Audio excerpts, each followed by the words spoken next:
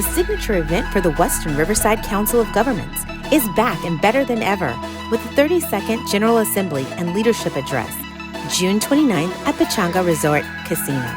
With more than 800 attendees, including more than 100 elected officials and hundreds of senior staffs. We've heard from political leaders like President George W. Bush, Steve Forbes, and Apple co-founder Steve Wozniak. This year, we'll be joined by world-renowned presidential historian and Pulitzer Prize winner, author Doris Kearns Goodwin, as we explore this year's theme, connecting with our past, partnering for our future. Don't miss your chance to enjoy with this most influential audience in the region. Come partner with us for the WRCOG General Assembly.